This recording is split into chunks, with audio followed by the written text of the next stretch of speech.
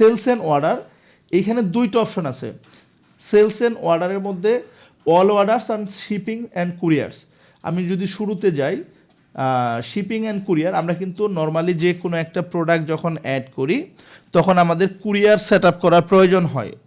Firstly আমাদের এই কুরিয়ারটা একটা ডিফল্টভাবে Steadfast courier set up করাই থাকে, যেটার মধ্যে ডেলিভারি চার্জ দেওয়া থাকে।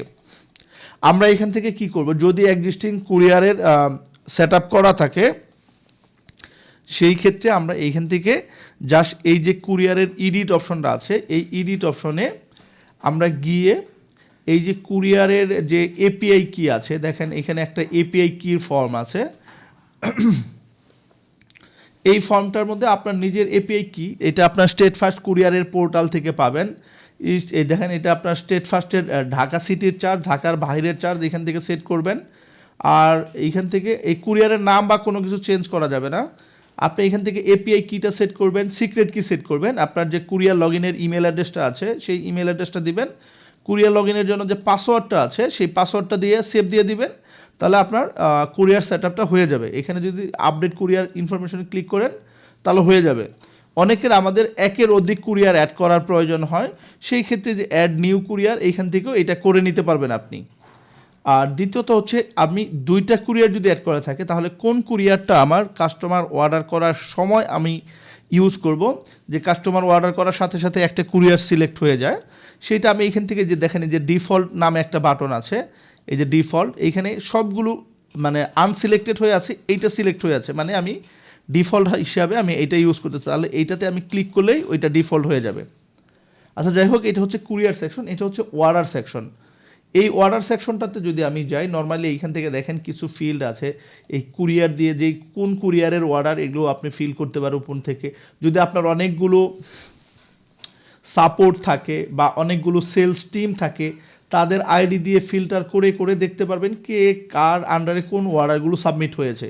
যেমন এখানে ডিফল্টভাবে সবগুলো অর্ডার দেখাচ্ছে, এটা যেহেতু একটা অ্যাডমিন প্যানেল, যখন আপনি সেলস প্যানেলে যাবেন বা সাপোর্ট প্যানেলে যাবেন, কার আন্ডারে কতগুলো বা কে কতগুলো অর্ডার কনফার্ম করেছে তার অর্ডার লিস্টগুলো আপনি এখান থেকে দেখতে পারবেন।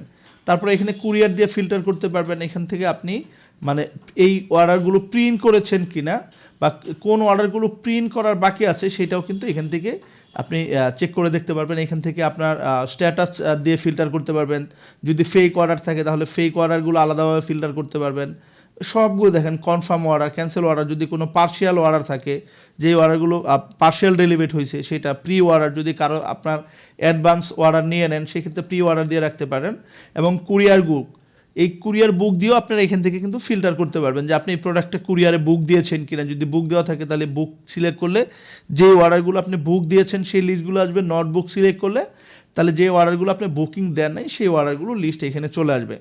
আপনি এখান থেকে টাইপ, এটা কি ম্যানুয়াল অর্ডার হয়েছে কিনা বা ওয়েবসাইট থেকে এসেছে কিনা অথবা পজ সফটওয়্যারের মাধ্যমে করেছেন কিনা, এই ডিটেলসগুলো আপনি এখান থেকে দেখতে পারবেন। আপনি এখানে ডেট দিয়ে ফিল্টার করতে পারবেন যে কোন তারিখের কয় তারিখের অর্ডার। ইভেন আপনি এখান থেকে যে কোনো ইনফরমেশন দিয়ে কাস্টমারের order ID, phone number, ID, এই ইনফরমেশনগুলো দিয়ে অর্ডার সার্চ করতে পারবেন। আচ্ছা যাই হোক, এইখান থেকে আরও এই যে 3 ডট যে অপশনটা আছে, এখানে আরও কিছু অপশন আছে দেখেন। এখান থেকে যদি এই অর্ডারগুলো আপনি মানে এক্সেল ফাইলে এক্সপোর্ট করতে চান সেটা এক্সপোর্ট করতে পারবেন। যদি মাল্টিপলভাবে ম্যাক্সিমাম অর্ডার সিলেক্ট করতে চান সেই অর্ডারগুলো আপনি এখান থেকে সিলেক্ট করতে পারবেন। আর দেখেন এখানে কিছু অপশন আছে এডিশনাল টিক দেওয়া, যেমন ফেক অর্ডার ট্র্যাকিং, যে আমরা এই ওয়েবসাইটের যে অর্ডার লিস্টগুলো আছে এখানে ফেক অর্ডার ট্র্যাকিংটা শো করবে কিনা, আমি যদি চাই এটা উঠাই দিব, এটা উঠাই দিতে পারি। সার্চ বক্সটা থাকবে কিনা বা ডেট ফিল্টারিং, এই বিষয়গুলো, এই যে বিষয়গুলো আছে এই অপশানগুলো থাকবে কিনা সেই জিনিসগুলো কিন্তু আমরা আমাদের এখান থেকে যদি টিকে উঠাই দেই তাহলে আর থাকবে না, যদি টিক দিয়ে দেই তাহলে এই জিনিসগুলো এখানে শো করবে।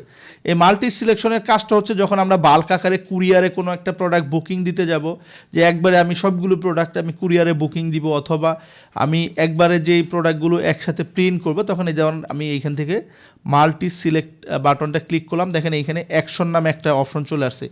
এইখান থেকে আমি যদি একবার এই বাটনটাতে ক্লিক করে দিই তাহলে আমার এই লিস্টে যত প্রোডাক্ট আছে সব প্রোডাক্ট সিলেক্ট হয়ে গেছে।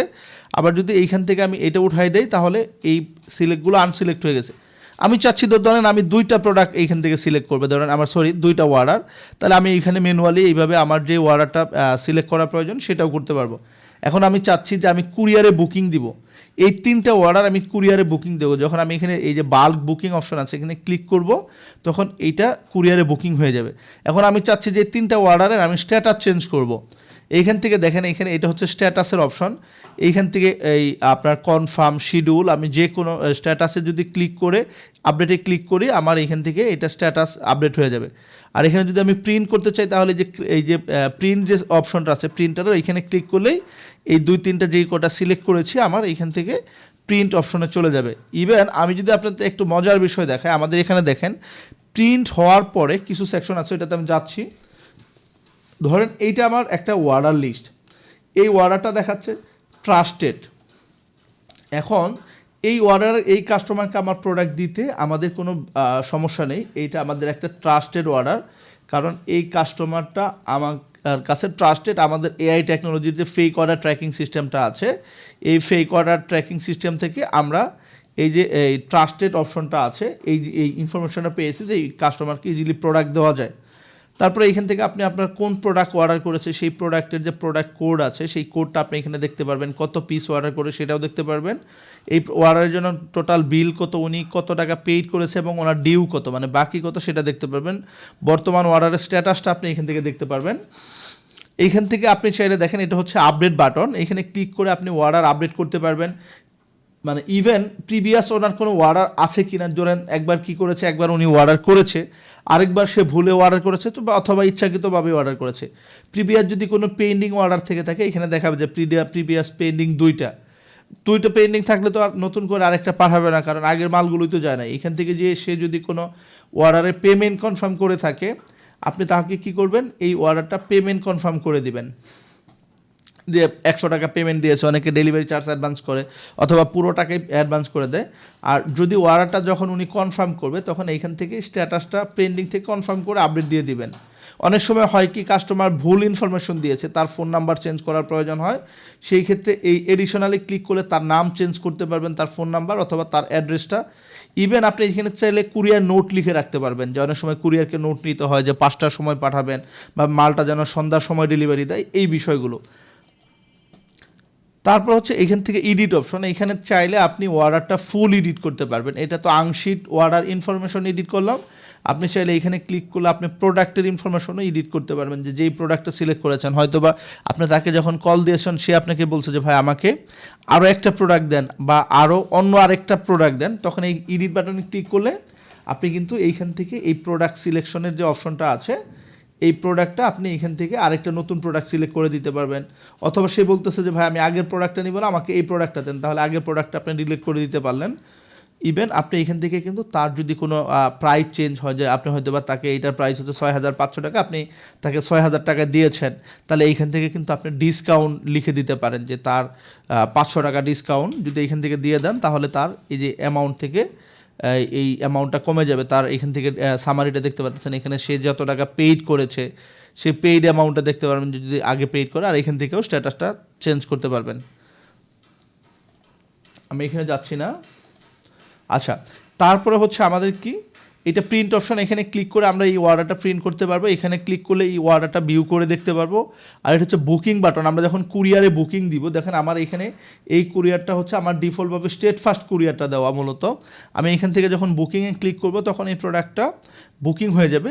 আর আমরা সবসময় কি করব, অর্ডারটা আগে কাস্টমারের সাথে কথা বলে স্ট্যাটাসটা কনফার্ম করে নিব, তারপরে অর্ডারটা আমরা এখান থেকে বুকিং দিব।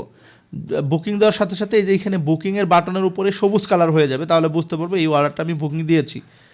আর এটা হচ্ছে অর্ডার ট্র্যাক, এই প্রোডাক্টটা যখন আমি কুরিয়ারকে পাঠাই দিছি, কুরিয়ারের প্রোডাক্টটা কোন জায়গায় আছে, কিভাবে আছে, সব ডিটেলস আমরা কুরিয়ার পোর্টালে ঢুকে যেভাবে দেখি সেভাবে এখানে ক্লিক করে দেখতে পারবো। সেই জন্য কিন্তু অবশ্যই আমাদের কুরিয়ারের সেটিংটা আগেই করে নিতে হবে। তারপর হচ্ছে এটা কাস্টমার ট্র্যাক, দেখুন আমি যদি এখানে ক্লিক করি এই কাস্টমারের ডিটেলসটা আমি দেখতে পারবো, তার ইনফরমেশন, তার সে কোন আইপি থেকে অর্ডার করেছে, তার ডিভাইসের আইপি ইনফরমেশনগুলো আছে। এটা যদি সে ফেক কাস্টমার হয় তাকে আমি ব্লক করে দিতে পারবো, এখানে তাকে ব্লক করে দিলে সে আর আমাদের ওয়েবসাইটে অর্ডার করতে পারবে না। এইখানে লাস্টে দেখেন একটা ফিঙ্গারের মতো আইকন দেখা যাচ্ছে, এখানে যখন আমি ক্লিক করব আমি তার অর্ডার হিস্টোরিগুলো দেখতে পারবো, সে টোটাল কুরিয়ারগুলোতে কতগুলো অর্ডার করেছে এই পর্যন্ত টোটাল, আমি তার ইনফরমেশন, সে ধরেন সে কিন্তু একজন ভালো কাস্টমার, 17টা অর্ডার করেছে, 17টাই সে রিসিভ করেছে, একটাও রিটার্ন করেনি, মানে তাহলে আমি ইজিলি তাকে আমি প্রোডাক্টটা দিতে পারি। আর এখানে দেখেন ফ্রড কমেন্ট, তার আন্ডারে কোনো রাইডারের বা কোনো কোম্পানির কমেন্ট আছে কিনা সেটা কিন্তু আপনি চাইলে দেখতে পারবেন। এই হচ্ছে আমাদের অর্ডার লিস্টের সেকশনটা আমরা দেখলাম। এখন আমরা দেখব যে কোনো একটা অর্ডার যদি আমরা ম্যানুয়ালি ক্রিয়েট করতে চাই, ধরেন একজন আমাকে হোয়াটসঅ্যাপে তার নাম, অ্যাড্রেস, ফোন নাম্বার দিয়েছে, অথবা ফোন দিয়ে অর্ডার দিতে যাচ্ছে, তাহলে এইখান থেকে ক্রিয়েট অর্ডারে ক্লিক করব। আমি তার কাস্টমারের ফোন নাম্বারটা দিব, এখান থেকে তার নাম দিব, তার অ্যাড্রেস দিব। ফোন নাম্বার দেওয়ার সাথে সাথেই আমরা কিন্তু তার আগে যদি আমাদের ওয়েবসাইটে কোনো অর্ডার করা থাকে সেই অর্ডার ইনফরমেশনটা আমরা এইখান থেকে পেয়ে যাব। আর এইখান থেকে যদি সে ফেক কিনা আমি ম্যানুয়ালি আগেই চেক করতে চাই, তাহলে এখানে একটা ক্লিক করলে আমরা ওই হিস্টোরিটা দেখতে পারবো।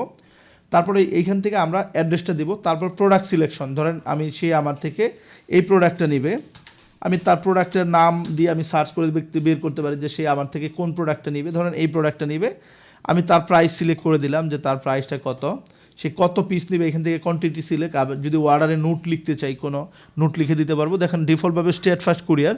এখন আপনার মনে হচ্ছে না আমি স্টেট ফাস্ট কুরিয়ারে না পাঠিয়ে অন্য একটা কুরিয়ারে পাঠাবো, সেটা আপনি পাঠাতে পারেন, বা ডিফল্টভাবে আপনি যেই অর্ডারটা যেই কুরিয়ারটা আপনি ডিফল্ট দিয়ে রাখছেন সেটা এখানে হবে। তার জন্য ডেলিভারি চার্জ, অনেক কাস্টমারের জন্য ডেলিভারি চার্জ ডিসকাউন্ট করার প্রয়োজন হয়, সেই ক্ষেত্রে আপনার এইখান থেকে ডেলিভারি চার্জটা চেঞ্জ না করে আপনি এইখান থেকে 50 টাকা ডিসকাউন্ট দেবেন। ধরেন তার ডেলিভারি চার্জ 50 টাকা, তাহলে হবে কি, কোনো কারণে যদি সে এই অর্ডারটা রিটার্ন করে দিতে চায়, সেই ক্ষেত্রে কিন্তু তাও তার ডেলিভারি চার্জ, ডেলিভারি ম্যান 100 টাকা নেবে। আর যদি এখানে 50 টাকা দিয়ে দেন, সে বলবে ভাই এটার তো আমি ডেলিভারি চার্জ দেখেন 50 টাকা, তাহলে আপনি 100 টাকা কেন চাচ্ছেন? এই জন্য কোনো ডিসকাউন্টের ক্ষেত্রে প্রোডাক্টের প্রাইস না কমিয়ে এই ডিসকাউন্টে তার ডিসকাউন্ট অ্যামাউন্টটা লিখে দিবেন। আর স্ট্যাটাসটা ডিফল্টভাবে কনফার্ম দেওয়া আছে, আপনি এখানে ক্রিয়েটে ক্লিক করলেই এই অর্ডারটা সাবমিট হওয়ার সাথে সাথে কনফার্ম স্ট্যাটাস হয়ে যাবে। যাই হোক, এই সেকশন দুইটাতে আমার বেশি সময় নেওয়ার কারণ হচ্ছে যে আমরা আমাদের ওয়েবসাইটের ম্যাক্সিমাম টাইমই এই বিষয়টা নিয়ে বেশি কাজ করতে হয়। আর আরেকটা বিষয় বলে রাখি, যদি আমাদের এখানে ইনভেন্টরি অপশনটা অন থাকতো, তাহলে কিন্তু আমাদের এই প্রোডাক্টগুলোতে স্টক শো করতো যে কোন প্রোডাক্ট কত পিস আছে, সেই অপশনটাতে আমি যাব, তাহলে আমাদের সেলসের দুইটা অপশনই শেষ হয়ে গেছে।